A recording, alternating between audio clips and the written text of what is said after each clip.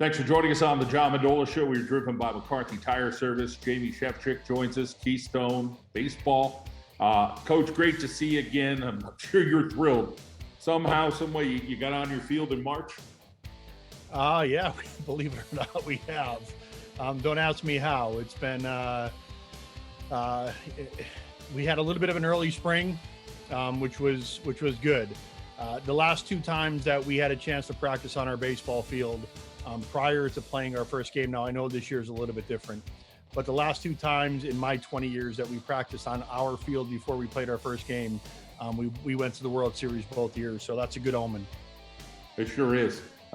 Exciting times. You got a lot of nice players here at Keystone College this year. Getting a season in is a big deal.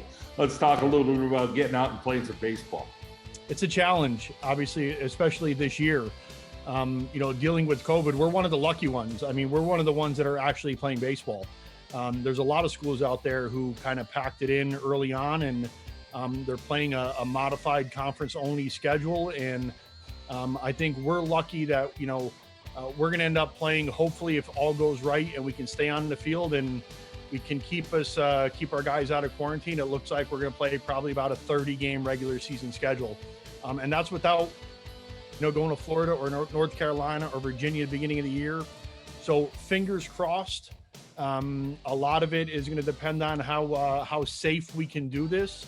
But so far we've played 6 games, and we're hoping that we can that the rest of the way is going to be pretty smooth for us. Let's talk a little bit about the rules with baseball, with the mask. Where are you guys at with the whole COVID situation with playing your baseball games? It seems like everything's changing every day. 2 weeks ago or a week ago, we had to wear masks no matter what. The pitcher, the hitter, the catcher, the center fielder, who's all by himself, had to wear a mask. And it seems like in the last week or so, some of those regulations have changed. Now it's pretty much like we did in the summer. When we're out in the field or we're hitting, we don't have to wear a mask. But anytime as we're walking into the dugout or we're in group settings or practice, we have to make sure that we mask up. Guys in the bullpen that are sitting there have to wear masks. So they're giving us a little bit of slack. As long as we can, again, stay healthy and stay on the field, it looks like, everything is heading in the right direction. Always have a big roster there at Keystone. The Giants usually have a ton of pitchers. Is this year any different? You still have a pretty good size roster?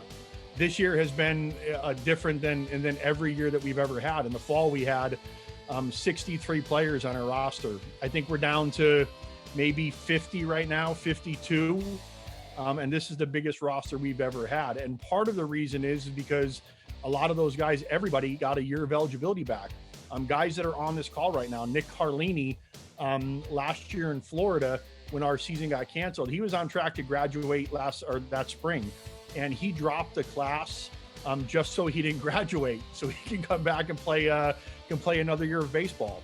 Carlos and Larry, last year at this time, they were at a Division I school in Arkansas, and because of their roster expansions, they wanted to play one more year of baseball. And maybe it wasn't the right fit to stay in Arkansas and play there, so they decided to transfer to Keystone and finish out their last year here.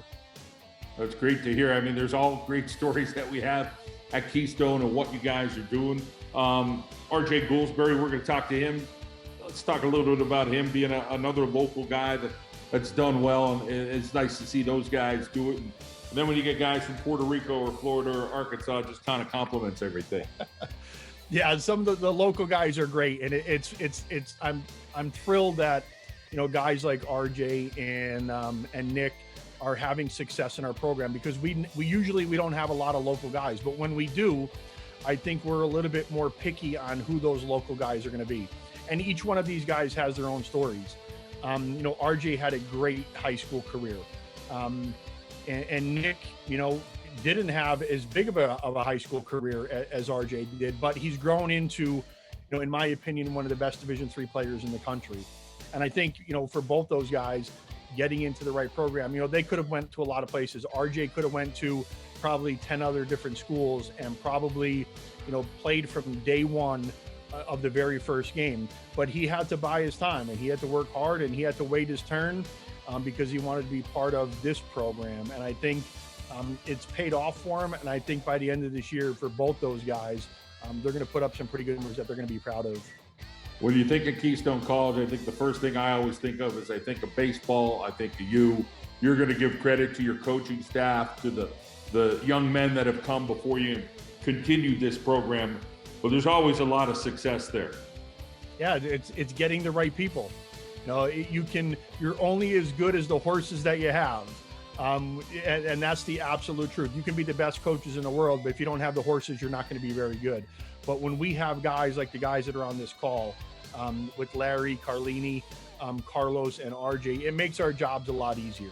And I think we give a lot of credit to, Ryan Smythe, our assistant coach, who does a great job of not only just recruiting these guys, but developing these guys. And I think that's a big proponent of why who we are. And you'll see when you talk to Larry and Carlos, these guys have had success for the past couple years. So the fact that they're now in La Plume, Pennsylvania, grinding it out for their last year, I think it says a lot about our program.